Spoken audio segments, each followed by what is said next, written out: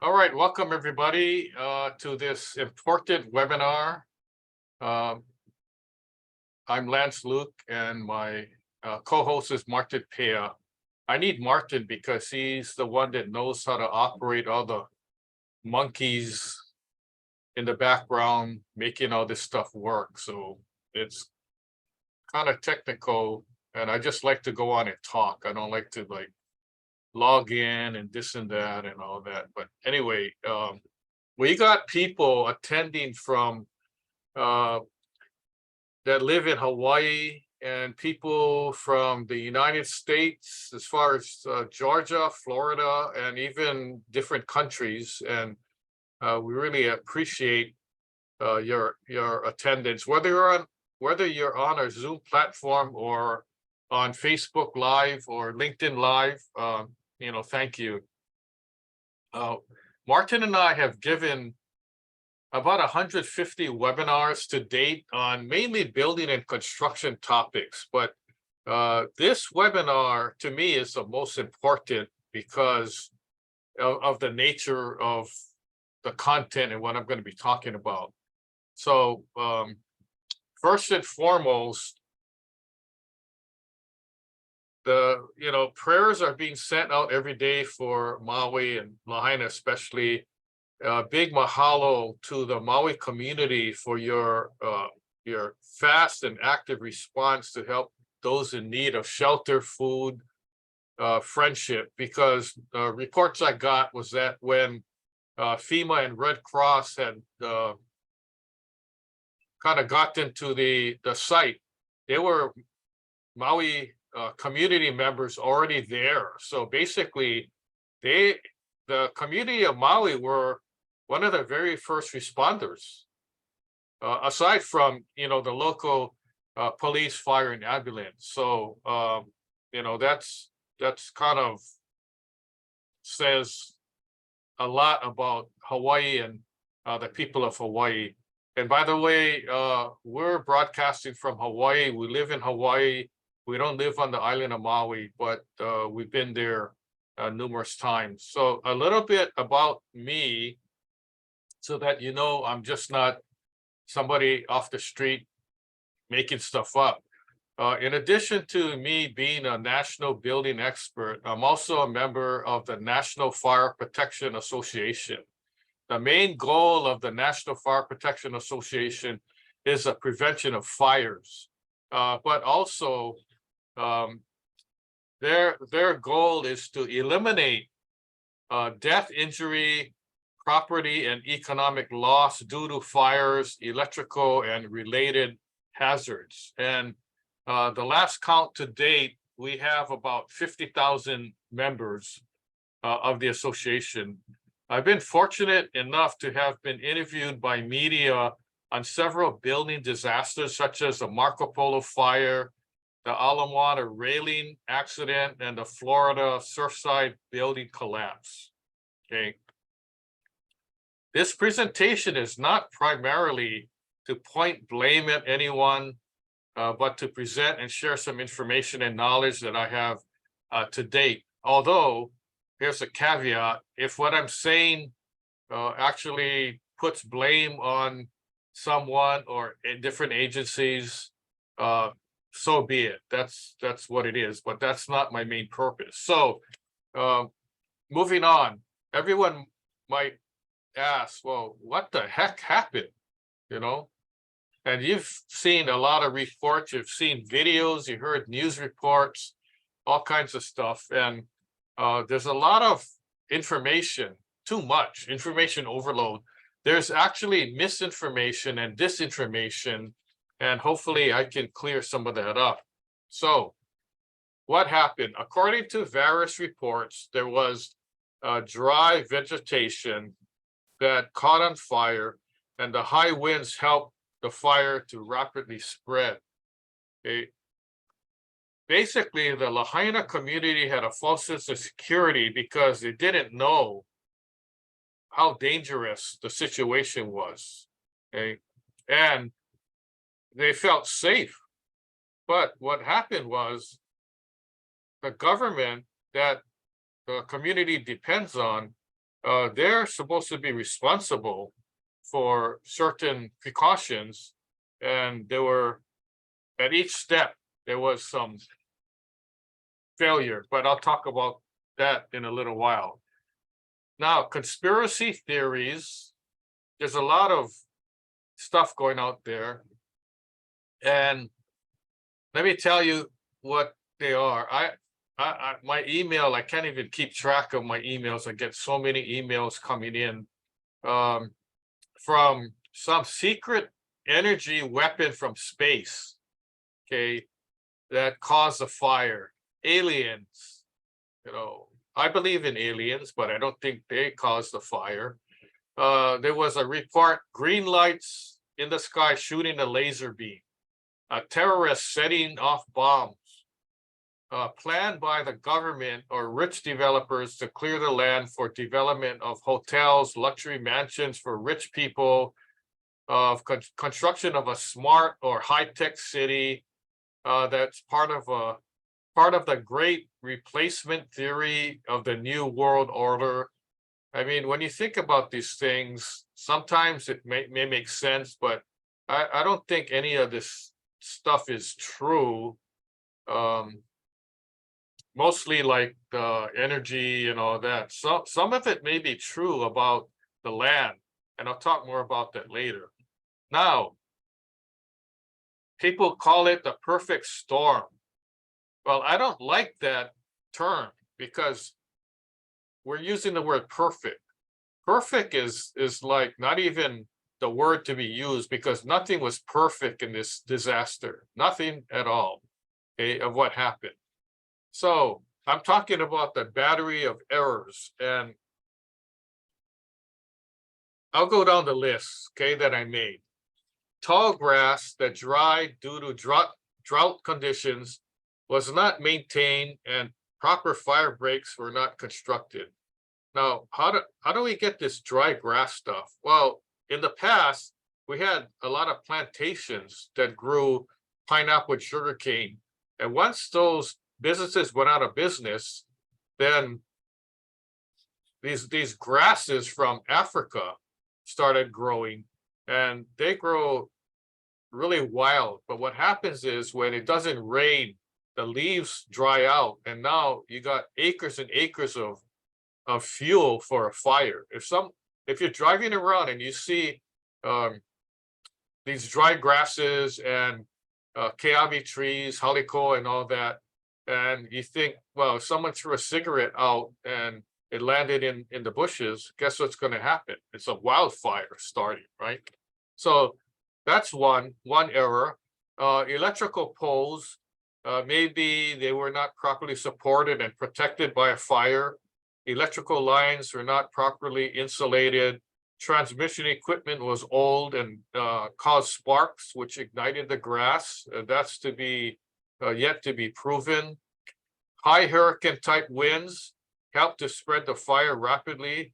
The reports I got were that the winds were between 60 to 90 miles per hour, and the fire spread at about 1 mile per minute, and that's like super fast. The other error is that there were no disaster warnings, any kind of sirens, none of that were sounded, meaning the civil defense sirens were not set off to warn the community of the dangers. Now, note, the sirens are not just for tsunamis and earthquakes, okay, but also for wildfires and any kind of natural disaster. If we have a missile that's coming to Hawaii, do you think that they're going to sound the sirens? Yes, they should. So should the sirens have been sounded if there's a tsunami or earthquake or volcano? Yes. What about if there's a fire? I think so. There's another one. The Hawaii State Emergency Management Office sent a reminder to the Maui Emergency Management Agency to use a siren system if needed. The Maui office did not heed the state's advice. Well, as we all know, there were no sirens set off. The other thing is there was a huge issue with getting water to Lahaina due to conflicts between DLNR, which is a state agency, and the West Maui Land Company, which is a private entity. Okay, so after water was released, there were issues with the water pressure, and basically the water system was compromised. So the firefighters who use water to put out fires basically had no water to put the fire out. They had it in the beginning, but it's sort of like, think about when the water system collapsed. If you have a garden hose, okay, and there's holes in the garden hose, enough holes so that at the nozzle, you're not even getting enough water coming out. Basically, that's the idea. Okay. Now, talk about emergency preparedness. What does that mean? Well, that means in case of an emergency, we need to be prepared. But were we prepared? I don't think so. So I'm thinking that the preparedness should be like in the highest state of readiness regarding public safety and emergency management. And I think we failed miserably, but like I said, I'm not here to blame people, but that's what it is. So also there were reports, previous reports regarding the level of risk from wildfires. Previous reports. This is not something brand new that all of a sudden we said, wow, we got caught off guard. We had no idea that we could have wildfires or it could be a problem.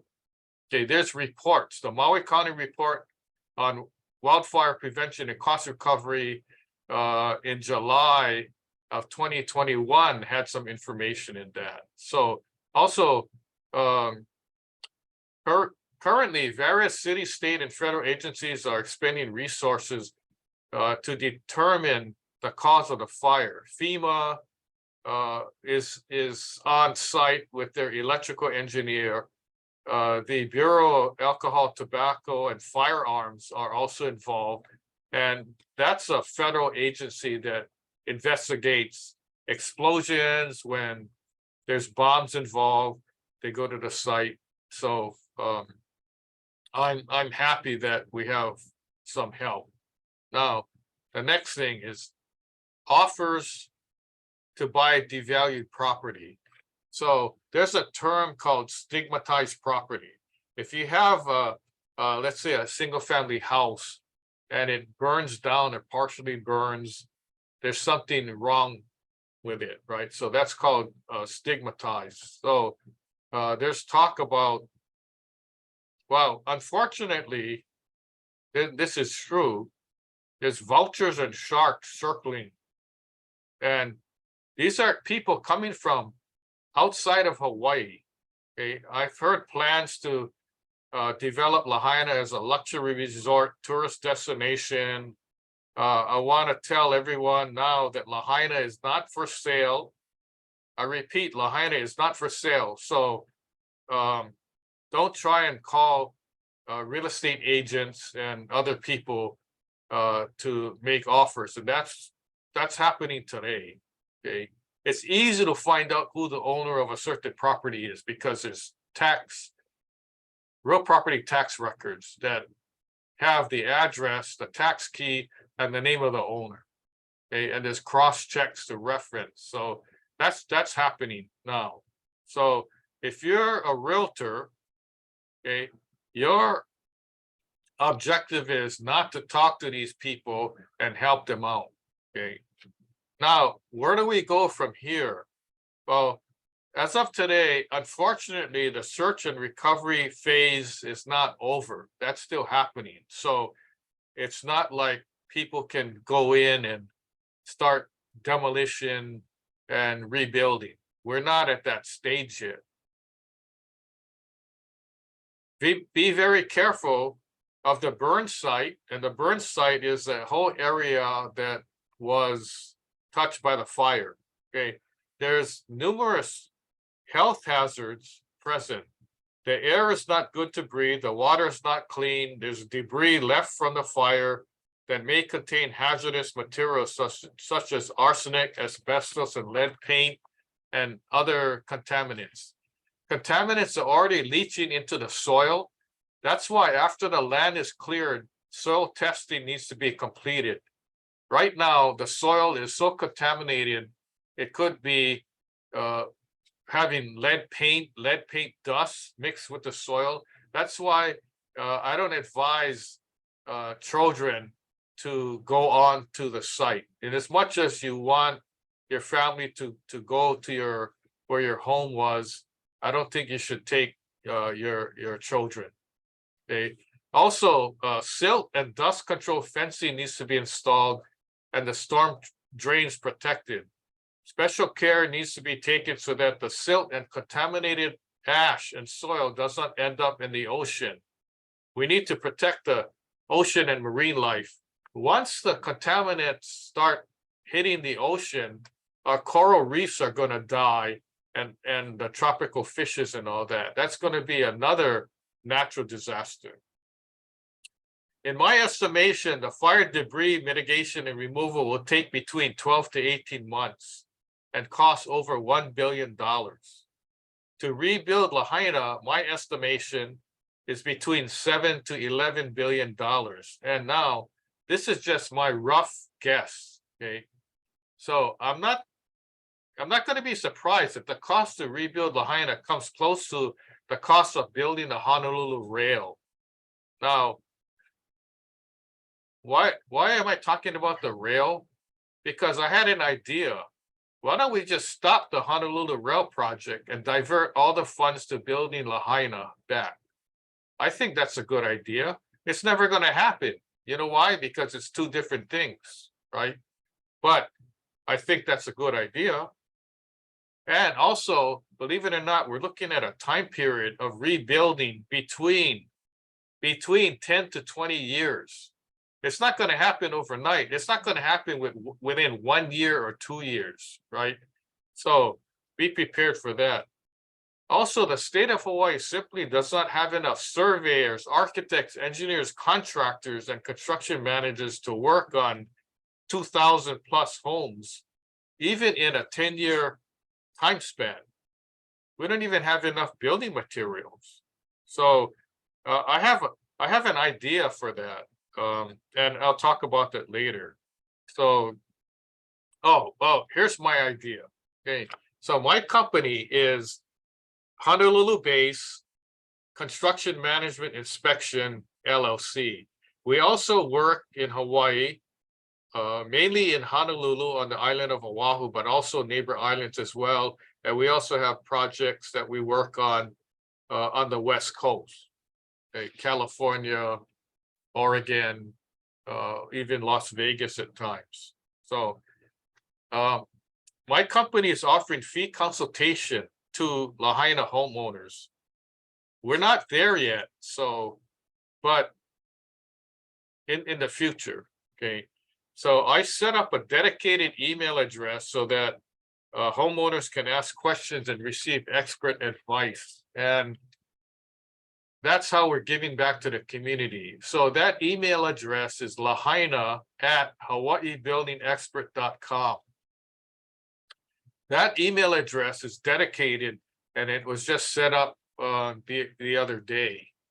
I also have a website with information that's not really ready yet, but if you want to visit it, it's called standwithlahaina.now.site. And right now it's in the process of being built. But if you want to go to it now, you can, but there's some incorrect information. So just be aware that it's not finished yet. So my company can help with providing advice on hazardous building materials, surveying, design, working with a contractor, building codes and permits, contractor licensing information, and much, much more. Now, my advice is consultation. Do not call us to redesign your new house or build your house. That's not what we're here for. We're experienced construction managers and construction consultants, and we're offering that service to you. If you're not from Lahaina, don't call us to get free advice because we're gonna be swamped, right? And right now, and I had a discussion with our team, and we're hiring a couple more people to help. But our offer is we're offering $1 million in free consultation. That's $250,000 a year for 4 years of free advice. So you can take it. If you need a second opinion, give us a call. We're not writing checks, although we did donate a bunch of money already. This is our way to give back and allow our services to be free of charge to Lahaina residents that need it. Okay, so couple other things before I end. As more investigation and research is done, the people of Hawaii are going to realize that there's politics at play even before this fire happened. Okay. And I'll just leave that statement there. You'll see. I'm talking about what's for the future. We should restore the natural water system and maybe replant breadfruit trees that was there in the 1400s or way back then, and make Lahaina Lahaina again, like how it was, not like what people are planning for. The other thing is to the government, the county and state government, give the people of Lahaina a seat at the table when you're planning the development. The people need to be heard. They need to have a say in all this, in rebuilding and planning for the future. You cannot come with your own plan and say, this is what's going to happen, because that's not going to work. Hawaii is like a different area, entirely different from anywhere in the United States or anywhere in the world.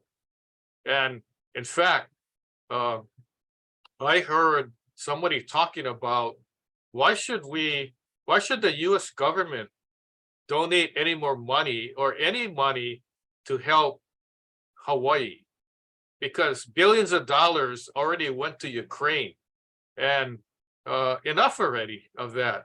Why don't we keep the money in the United States and help the people in the United States? And I'm like, hello, Hawaii is part of the US. So there's still people that don't even know Hawaii is part of the United States. So that's like ignorance, okay? And you combine ignorance with the misinformation, and it's just like really, really bad news. So the message that I have is keep vigilant. You're going to find out as the investigation goes on, and it may take years to find out what the truth is, but you're gonna trace it back to politics, from all this land use, water restrictions, and all that. It's political. What's happening with our electrical system and all that? That's political too, because there's a Public Utilities Commission, and if you trace who the people are in the commission, a lot of them came from Hawaiian Electric. So I don't want to get into being like a investigative report or anything, but I'm just here to help. So that's kind of enough about that. I also want to help small business owners on Maui, and I've also developed a new venture called, it's sort of like the Yellow Pages, and it's called Best Hawaii Business Directory. And we're going to offer free business listings, upgraded listings to any business on Maui. It doesn't have to be in Lahaina, because Maui is hurting already, and it's going to be hurting even more, right? We already got hit with the pandemic, and now this. So that's why we're offering free business listing, but I'll tell you more about that later. So at this time, I want to open it up to any questions on Zoom or on Facebook. So Martin, you have a bunch that came in during my talk, so you want to go ahead and tackle that first? You're on mute. Unmute to be heard, yes. Okay. Yeah, we've got some questions that came in, I guess, from our viewers as they were registering for the Zoom and all. So let me ask you some of these here, yeah. The first one is that you mentioned in your post the Marco Polo fire, Ala Moana railing, and Florida building collapse. What is the correlation between these events and the Maui fire? They seem to be totally unrelated. Well, they are unrelated, but they are related, and here's why they're related. Okay. They're related because all these events should never have happened. The Marco Polo building did not have any fire sprinklers. So if there's a fire in one condo unit, what happened was it spread to the other units and, in the building. So that could have been prevented. The Ala Moana railing collapse, that could have been prevented if the shopping center maintained their building and not have corroded railings and concrete spalling. And then the Florida building collapse, that was a huge disaster. It was due to condo board negligence and maintaining their building, because my investigation showed that they needed $15 million to repair their building, and they did nothing. And the investigation, by the way, hasn't been completed yet, but when it's finished, you'll see that it was due to lack of maintenance. It was also due probably to building design and construction, but mainly lack of maintenance, not repairing structural elements of the building, and that's why there was a collapse. So they're all tied in. Now, in my opinion, this Lahaina fire should never have happened. Now, you can't prevent a fire, right? But if a fire starts, there's different fail-safes that you put into place, right? If you have fire breaks, the fire can't spread. If you have a fire spreading, even when it's windy like that, you're going to use water to put it out. If you have no water, you can't put the fire out.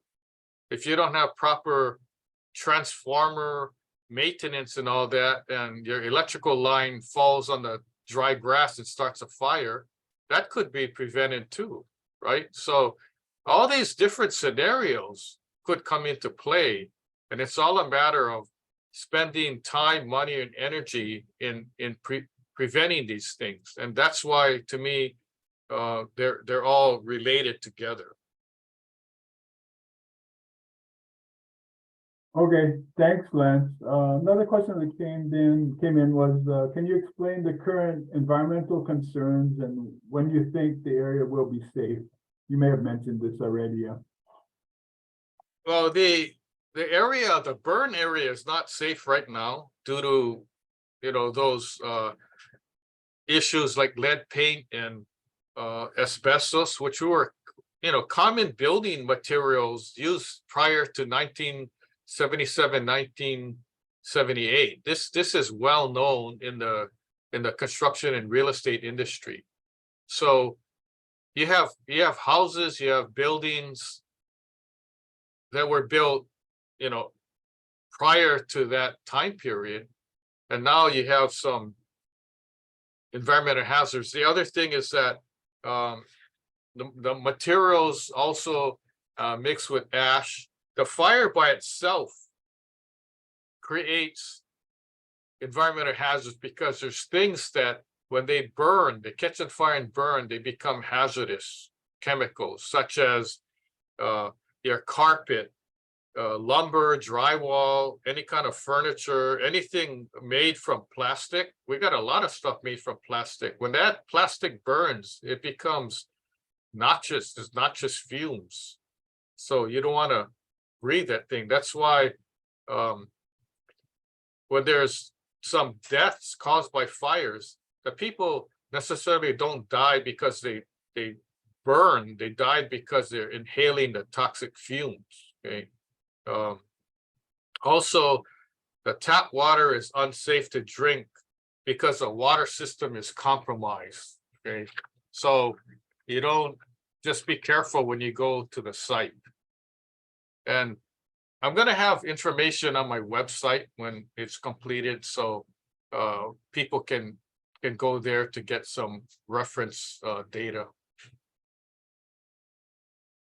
Okay, Lance, I'm gonna hop over to some questions or comments on Facebook, and then I'll get back to our earlier questions. One is thank you for your offer to help the Lahaina Ohanas, and one of your viewers on Lahaina will spread the word for you. So mahalo for that. And then Okay. here's one that says, do you think the state will be granting variances to allow rebuilding to the same types of properties without proper setbacks, lot coverage, etc.? Seems as though part of the problem was the substandard buildings. The answer is no, and I'll tell you why. Because the state can actually waive certain codes and zoning and restrictions, but the building code that's followed is it's basically two. It's the International Residential Code, which is for single-family houses, and there's an International Building Code, which regulates commercial buildings that aren't single-family houses. In Lahaina, we have a combination of both that structures burn. We have single-family houses and we have commercial buildings such as educational, retail, restaurants, stores, shops, and that type.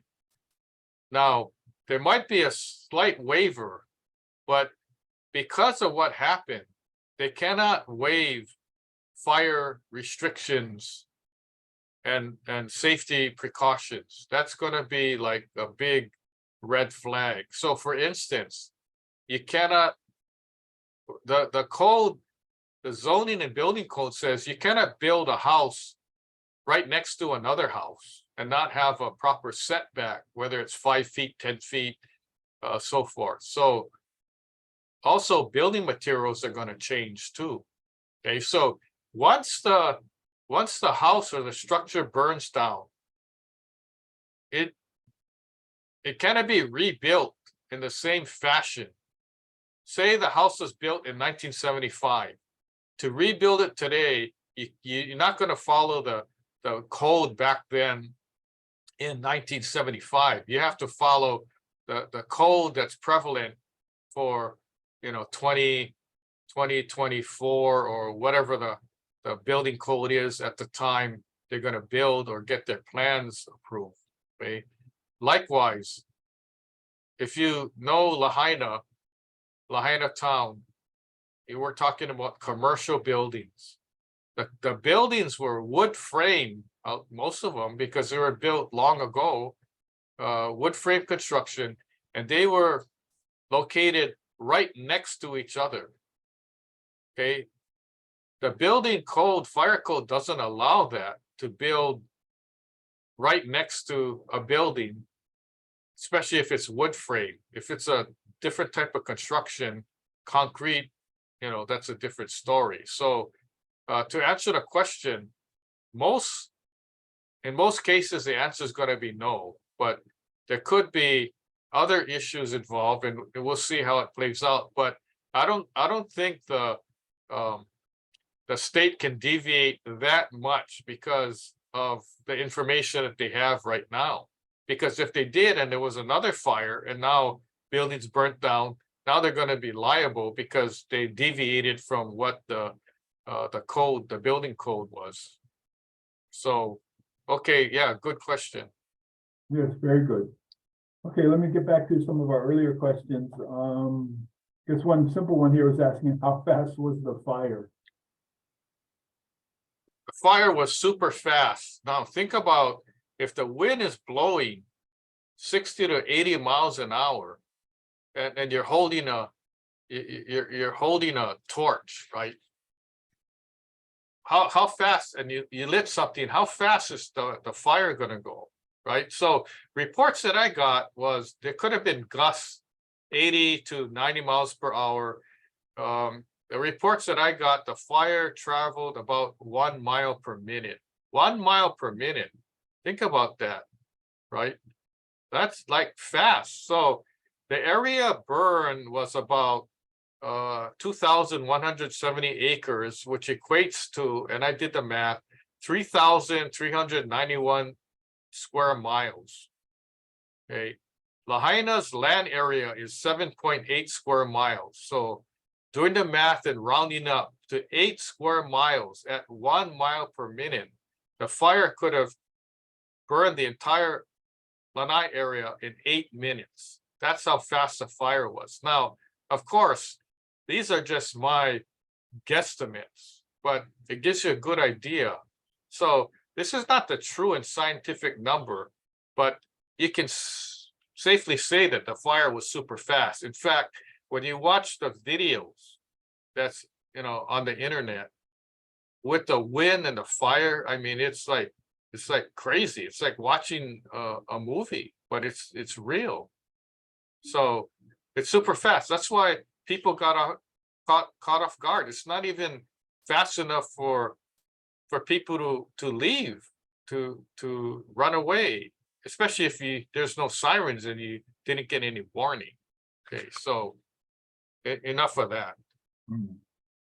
Okay, thank you for that. See, we got a out-of-state visitor asking about the Maui water system. They don't quite understand what you were talking about, I guess, with how the water's handled. Yeah. So they don't live in Hawaii? Yeah, it says, I do not live in Hawaii and do not understand the Maui water system. What is the Maui water system? Yeah. Okay, so research is going to show, okay, that for years and years, the water system in Hawaii it's very political, okay, because you have the public water system, and then you have a private water system, and they're combined together, okay, and I think there's about maybe 15 private water systems on Maui, something like that, in addition to the public system.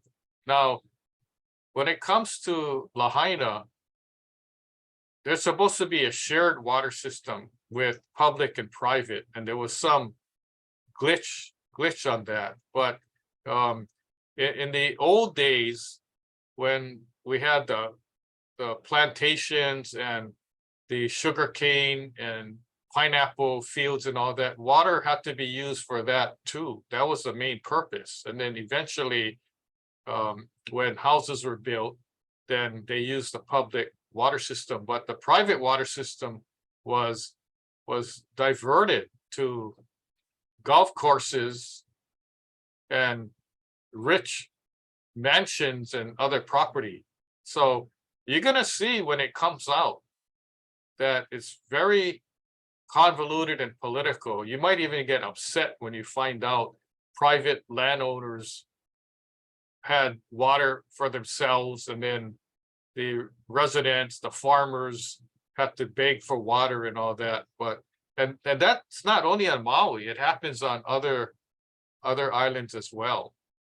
And it's political. That's all I can say. When the investigation comes out and people do the research, you're gonna see what I'm talking about. Okay, thanks, Blanche. The next one is kind of looks like a general question for the residents is the advice you have right now for those who lost their homes. What can they do or should they do? Okay, if you have not already, you register for assistance with FEMA. the Red Cross and any other agencies that is offering assistance, whether it's food, shelter, money. That's what you need to do. Now, I got reports from people who are not US citizens and they're scared to approach the government because they don't want to get busted. They may be illegal aliens or have a green card or whatever. I would say don't be afraid.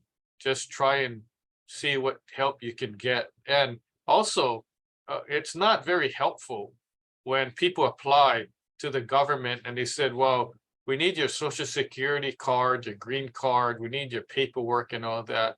And it's like, I have no paperwork because it all got burnt in a fire, so they need more help, right, with documentation.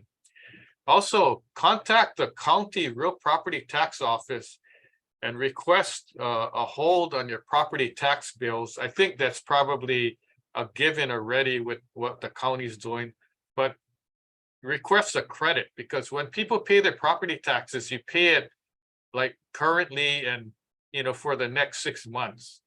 So you shouldn't be paying property taxes for the next 6 months, although the real property taxes, for the most part, you're taxed on the land. And the county may say, the land is still there, so therefore pay your taxes, but you can't use the land, right? So see what you can do. Try and get a credit. Also, this is very important. Contact your mortgage lender and let them know that you cannot pay your mortgage. Your house burnt down. You cannot pay your mortgage, and request a deferred payment plan, work out some kind of payment plan or forbearance or something.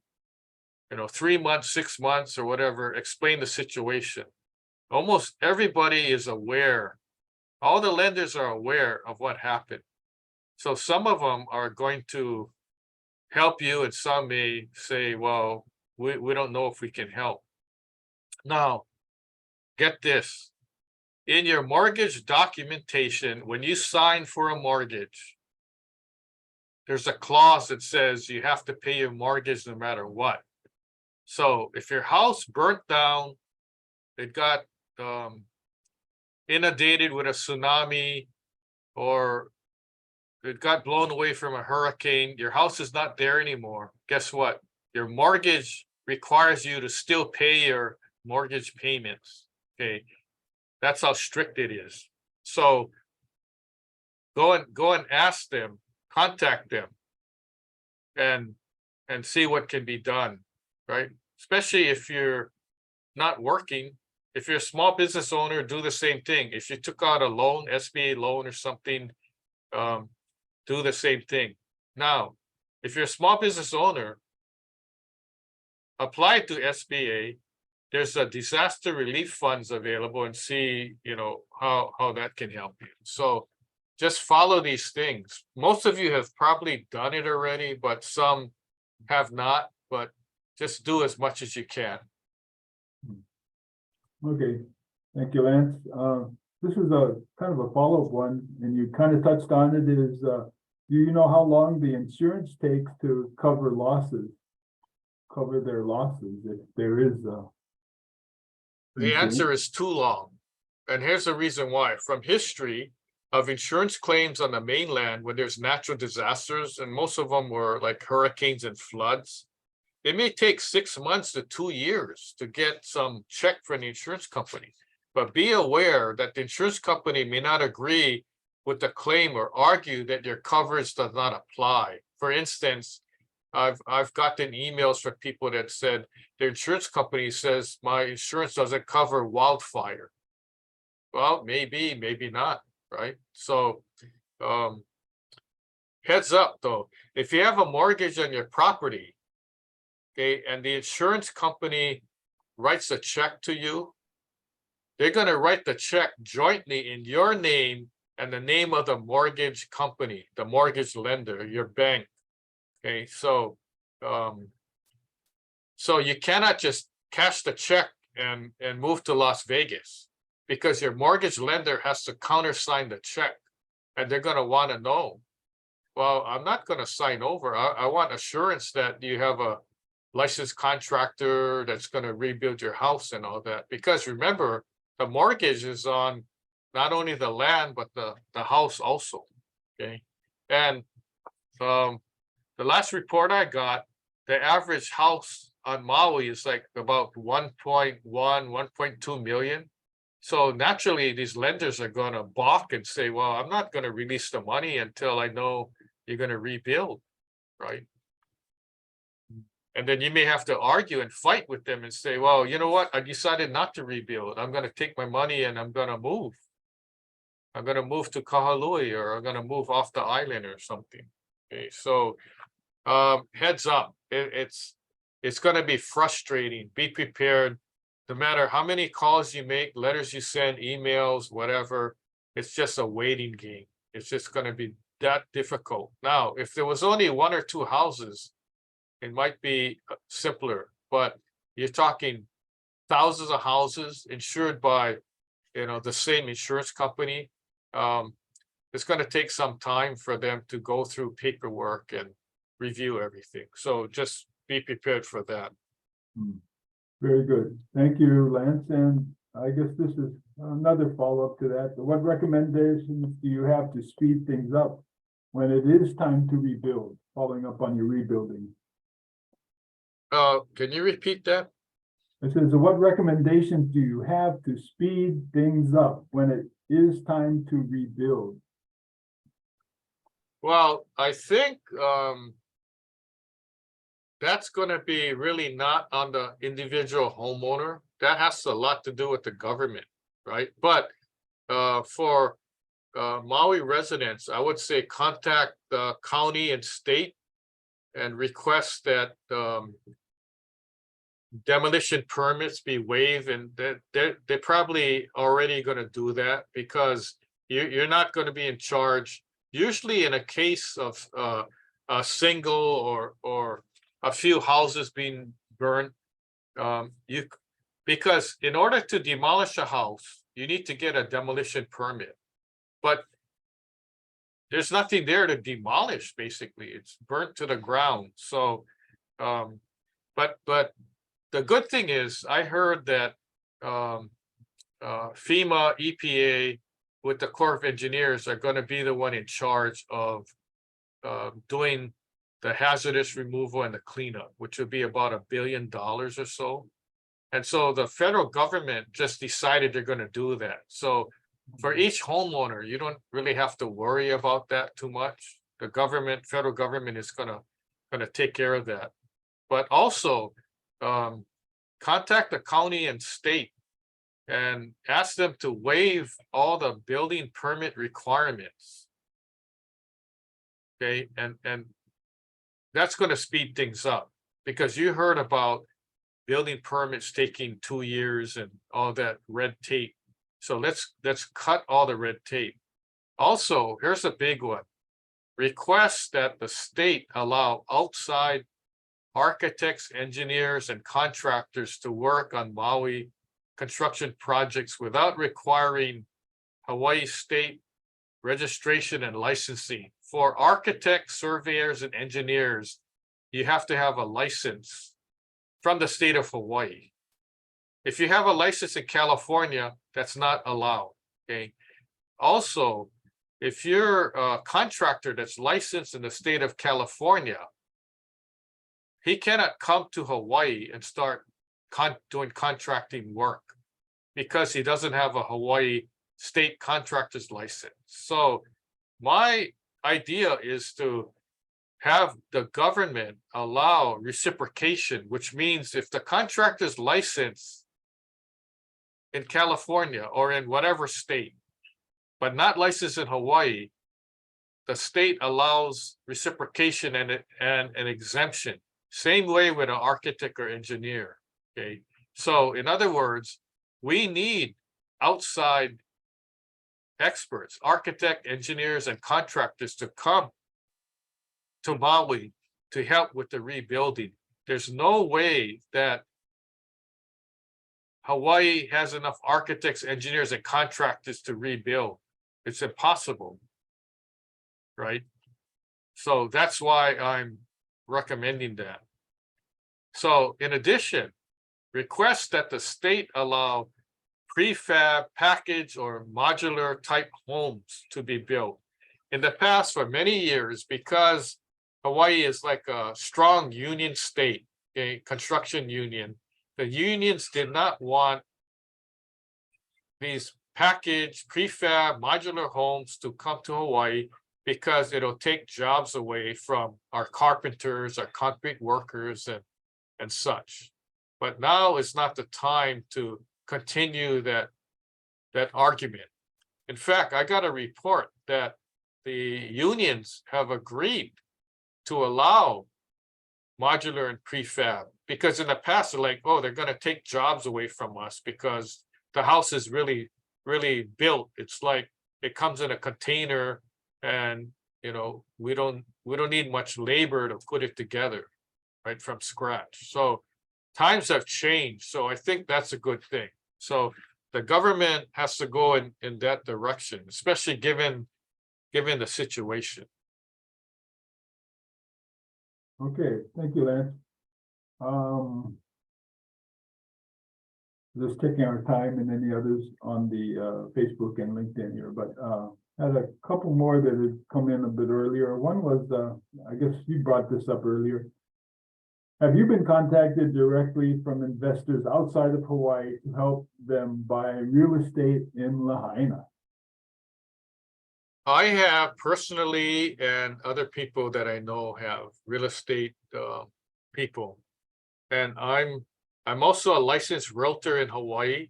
I have a website, real estate expert website, and I've been contacted through that website. But my answer, I haven't even called these people back. I've been too busy trying to plan, for the future and provide the help. But every real estate board on Honolulu and Maui have already issued notices to their realtor membership what's going on. Do not help these people. Lahaina's not for sale. The speculators that come in that want to buy property pennies on the dollar, and probably some homeowners will sell just to get out for whatever reason. They don't want the memories, or they lost their job and that's the only way to survive. But for the most part, it's early in the game for these people to be coming in. They're like vultures and sharks, like I mentioned before. So to the realtors out there, don't talk to these people. If you have, tell them no. You're supposed to be documenting, find out who it is, take their address, phone number, and everything, so they can be put on the DCCA list, because the state is saying it's some kind of violation to be doing that. Okay, thank you, Lance. I don't see any other questions. Did you get any on Zoom? Any questions? Well, I got I got a couple. There's talk about legal action. And as you know, you probably heard that there's like a bunch of lawsuits already. The primary ones were against Hawaiian Electric. And any time there's a crisis or a disaster, you got these attorneys that people call them ambulance chasers, trying to get in on the action. And so be aware of law firms, especially from out of state law firms. And what's happening is law firms from out of state, California, mainly West Coast, California, Oregon, Washington, even from Las Vegas, Texas, and Florida, they're actually contacting homeowners and saying,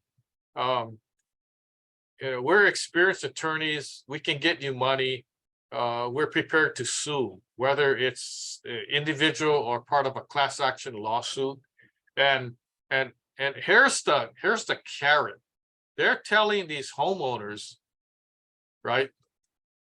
We're going to expend all our legal efforts, right? And pay for whatever's necessary, court costs, legal filing and all that for free. We're going to do all these things for free. So it may sound good, right? So the free means that they're going to take your case on a contingency basis. What that means is if they win, they're going to get 30, 40% or whatever the percentage is of whatever the settlement is. Okay, so basically it's only the upfront that's free. Okay, they're going to ask you to sign a contract with them and everything. So when you hear the word free, it's not free. They're not going to do it and represent you. And then when you get your settlement, they get nothing. They're in it for the money too. Okay, and just be aware. Now, the caveat is, and a caution is that if these attorneys are from out of state and they do not have a state of Hawaii license to practice law in the state of Hawaii, that's illegal. They cannot be representing you. Now, there's what you call partnership agreements, where a law firm in California would contact a law firm in Hawaii and say, I want to, have a case, let's do a joint thing. So that would work because then that lead attorney would be a licensed attorney in Hawaii. But the attorney law firm that's running the show is the one from the mainland. So it can be done, but just be aware. Okay. Now it's kind of early to sue in one respect, but then it's not in another. And I've seen responses over social media. Why do people have to, to sue Hawaiian Electric? Why do these law firms even have to sue anybody right now? Can't you wait until everything dies down? And, it's not even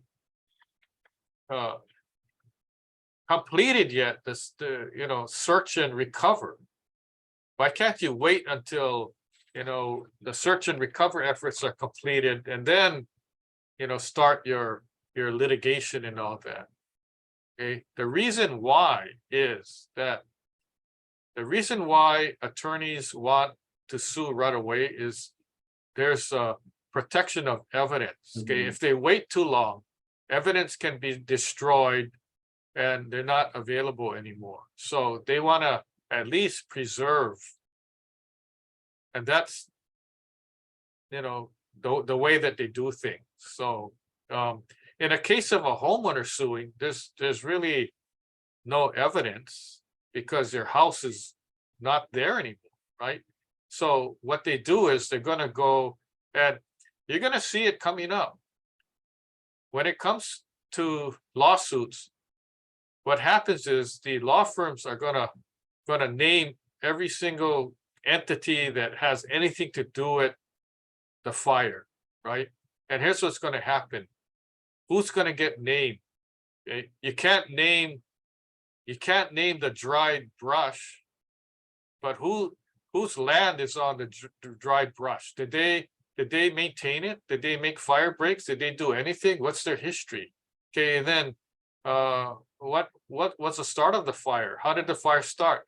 If it was due to a transmission line that fell, they're going to say, well, who maintained this? Let me see your records, right? And then also, oh, what about the water? Who's responsible for the water? Because they're going to just name everybody, including the county and including the state. And that's how lawsuits are. And then one by one, if the entity is not responsible, then they're going to get taken off the lawsuit. But they're just going to name everybody, John Doe's 1 through 500 or whatever. And that's how, when they make their formal complaint, that's how it's made. They're just going to broad brush and sue everybody that they can name. right? And then go from there. So there's gonna be many more lawsuits coming up, many more.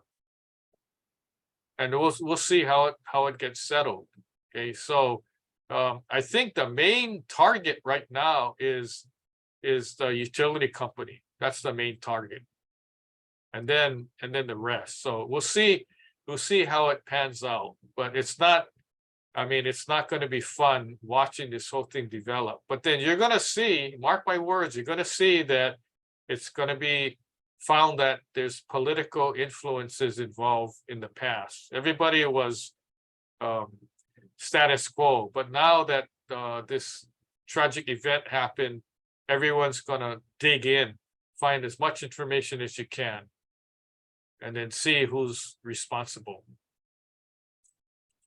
So Martin, we got any other questions, comments, or anything? I'm checking. You've had on Facebook some comments about someone remembered the 1992 contractors that were brought in from the mainland, and then after they got started, filed bankruptcy of some sort from one of your Facebook viewers. So it's you know, people have had a lot of the experiences you shared at one time somewhere. So Well, that's why we got to take precautions. I'm not saying just go and hire XYZ company from construction company from California, have them start building a house. The precautions would be that they have to have, you know, their valid license, they have to have valid insurance, and they have to post a bond. So if they start work and they take a hike, you go to the bonding company and finish building the house. So it's not going to be a wild west anymore, right?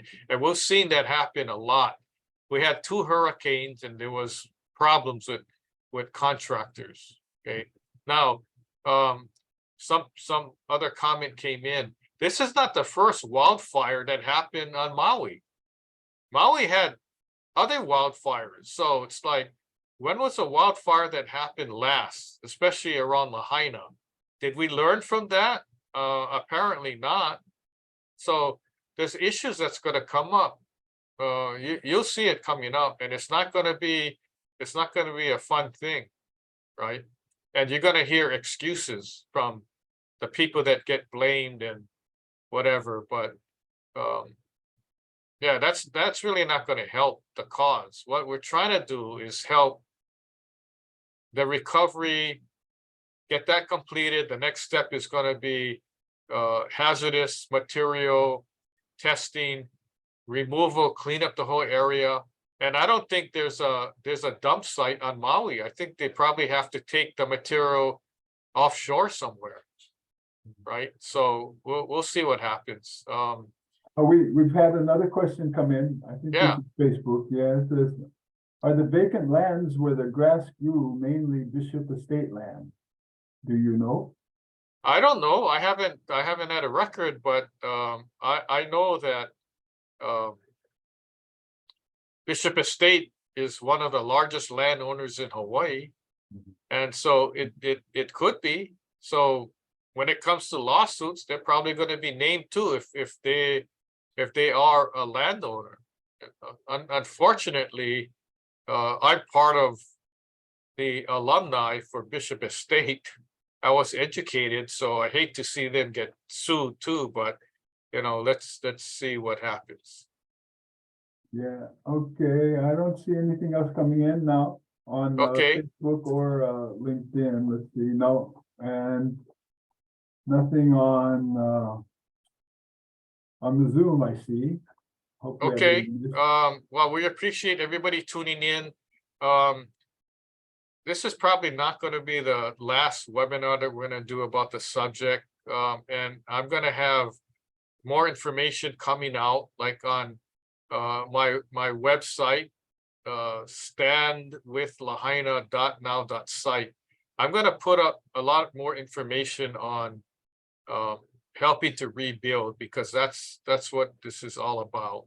I rather talk about helping rebuild and litigation and who's responsible and all that. But I've had a bunch of emails with people asking me to go on and give my opinion, because there's so much stuff out there on social media and the news, people don't know what to believe. And yeah, so I think there's going to be more out there. And if you're a Lahaina resident and you want to contact me, use email lahaina@hawaiibuildingexpert.com. And we're set up to help you answer questions regarding if it's insurance or construction.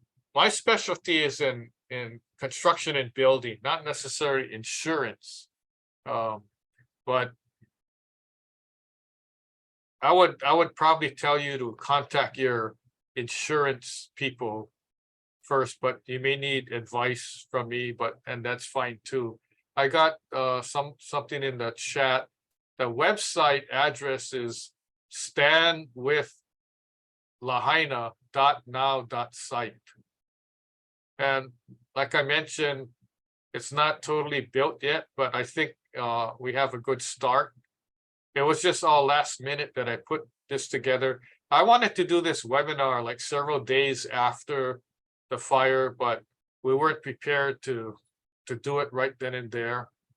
And so we welcome your participation, because when I do webinars, it's all about join the conversation. And that's why I'm open to answer any questions or comments and talk about this subject. It's not going away. It's going to take many years for us to rebuild and everything, and it's going to take a lot of participation from the Lahaina community, and take a stand, even if whatever stand you feel is correct, because Hawaii is known for low voter turnout, and it's like apathy. But please don't get into that. We don't have time for that anymore. The people have to speak out, and they have to say what they're thinking and let the government know. And there's people out there, I know, that I know they're termed like activists or protesters or whatever, but that's not the case. People have a right to express their opinion, and especially now, because Lahaina is the people's land. It's not the government's land, and the people should have a say. So I'm thinking there should be, hopefully the banyan tree continues to grow. There should be some nice monument with names of all the people that perished. We don't even know the names of the people. We're still out there trying to find the people that died. So there's different things to be done. So anyway, I've talked enough, and we'll continue the discussion. Please feel free to post, and the people that are gonna watch this video recorded, you can continue to post your comments on LinkedIn and Facebook. We welcome that. So we're gonna sign off now. Stand your ground, Lahaina. We're supporting your efforts. So on behalf of Martin and I, and Ask Building Expert. Oh, also, I want to mention that we have a website that we've been doing webinars for building and construction. It's called askbuildingexpert.now.site. And before I forget, we have books available for free that you can download. How safe is your building? And also one on hazardous building materials. So you go to our website under publications, you can download the book for free. Although if you want to buy it, it's on sale at Amazon. We don't mind that too. But and also right now I'm in the process of writing a book, Rebuilding Your Home, and that's going to be a special edition for Lahaina. So I'm not sure when that's going to come out, but I'm writing it as basically we speak. So let me see. Okay, we have somebody who posted in the Q&A about the next webinar. The next webinar explain what the people did correct with the house still standing, the white one with the red roof. Well, I can tell you now that there were good design on that house that was still standing. Okay, one of the designs is there, if you look, their yard didn't have trees around it, hardly any. It was more grass. Okay, so that's like a automatic natural plan landscaping fire break. Okay, the other thing was the report I got was that roof was fire retarded roof. So when embers hit the roof, it didn't catch the roof on fire. Okay, so what's going to happen is I think there's going to be a new set of rules. It's already in place, but it may be more stringent. Okay, so how many roofs in Lahaina were fire retardant? There was no roof that was fireproof, but that's why all these roofs caught on fire. Roofs are the first to catch on fire in a wildfire when the wind's blowing so much, because the embers are blowing. Lit pieces of wood or material that's on fire, or it could be just a spark, lands on your roof. It could be an asphalt shingle roof. It could be a wood type roof, and then the roof starts burning, and then the house starts burning. By the way, I saw a picture of a building in Lahaina, a commercial building that had a flat roof, and the roof was burning. That was the first to go. So the code right now has preventive measures for fire retardant and those kind of things, but maybe we have to be more stringent about that. So good, thanks for bringing it up, Connie.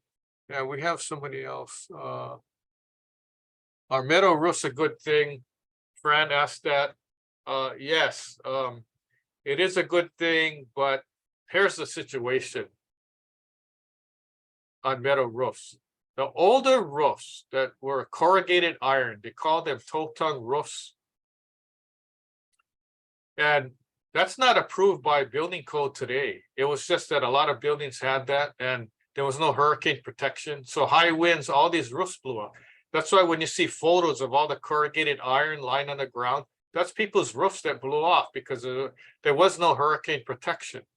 Okay, so that's not allowed. But metal roofs, yeah, the new metal roofs, standing seam and all that, they're good too. Let me see. Oh yeah, okay, standing seam roofs, yeah, that's a good product. So if you have need information on different products, then send me an email. And we'll continue the discussion. I'm going to be here. Martin and I are going to be here. We're not going to run away. That's why our website is going to be put up to help people if you need to, reach out to us. And we're prepared to handle the emails that come in. So thank you, everybody, for attending. This is a very important webinar. We didn't take it lightly.